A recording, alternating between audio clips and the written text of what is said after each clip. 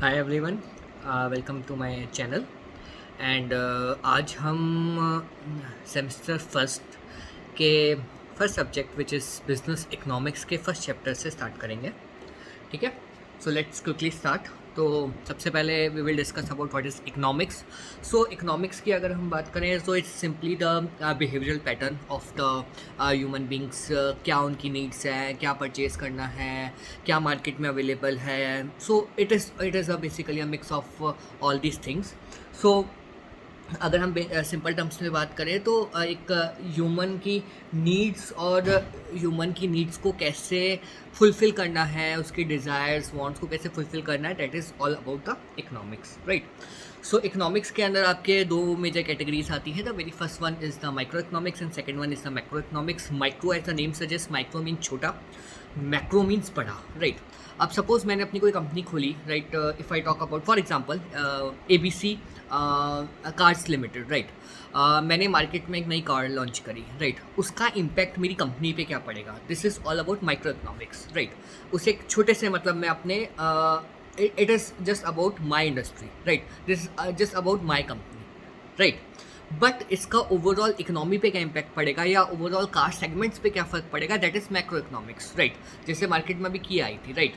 किया ने ऑब्वियसली उसने अपनी कंपनी में काफ़ी मीन्स काफ़ी उसका कंपनी का काफ़ी प्रमोशन हुआ, कंपनी को काफ़ी सपोर्ट मिला किया से, that is one thing. But overall economy की बात करें, लाइक जब पूरा मार्केट डाउन था, यहाँ पे कोई कार्स परचेज नहीं कर रहा था, एट दैट टाइम वो एकदम से बूम लेके आया। So this is the impact of macro economics, right.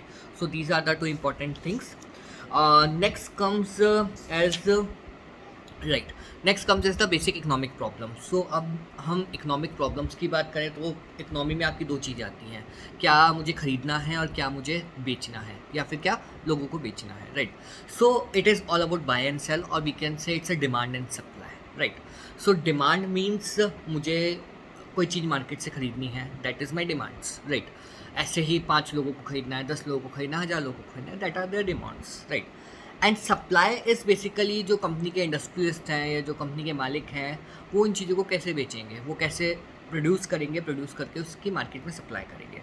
So economics is all about demand and supply. आपके के हम चैप्टर्स में देखेंगे। So it's all about the combination of demand and supply. So it is very important thing जो आपके mind में clear होनी चाहिए, demand and supply, right. Next चीज़ आती है आपकी बेसिक प्रॉब्लम्स। बेसिक प्रॉब्लम्स क्या है आपकी इकोनॉमी की, what first is what to produce, second is how to produce, and the third one is for whom to produce, right। मैंने अपनी कंपनी खोली, बट मुझे पता होना चाहिए कि मार्केट में किस चीज़ की डिमांड है, मुझे क्या बनाना है ताकि लोग उस चीज़ को खरीदें, राइट। अब कोई चीज़ ऑलरेडी मार्केट में अवेलेबल है, बहुत चल रही है, तो मैं अगर मैं अपनी कंपनी खोलता हूँ, चीज़ को डेवलप करना स्टार्ट करता हूँ, तो इट्स ऑल अबाउट कॉम्पिटिशन या फिर लॉट मोर इश्यूज़। तो मुझे पता होना चाहिए कि मुझे क्या बनाना है, कैसे प्रोड्यूस करना है।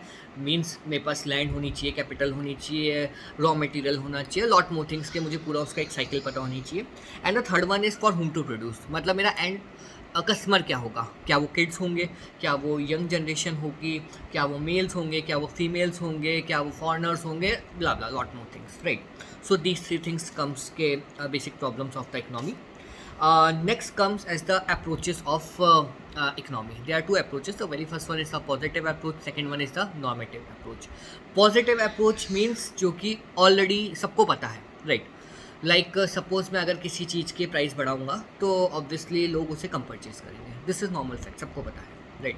कोई चीज़ मैं सस्ती करूंगा तो लोग उस चीज़ को ज़्यादा परचेज करेंगे।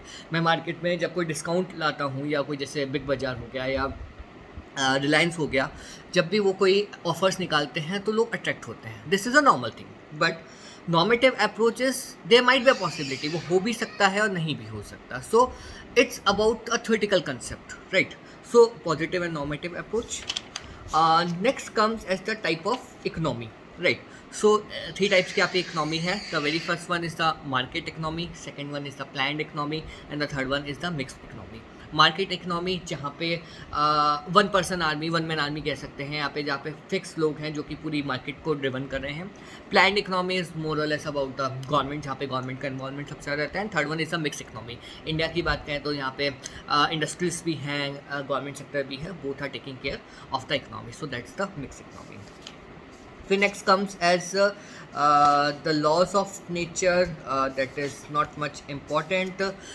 National income क्या होती है, GNP क्या होती है, that are the important question which comes into the assignments, or you can say into the assessments, या आपके जो MCQ questions होते हैं, that is the important part.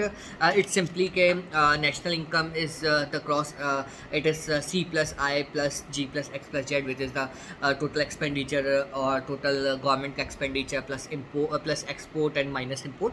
So that is one formula. Last comes of this chapter is the business cycle. So business cycle आपके 4 steps होते हैं. The very first one is the expansion, the second one is the peak, third one is the contraction and the fourth one is the trough. So expansion means जब मैंने कोई company खोली तो obviously initially वो काफ़ी expand होगी. So that is the first stage.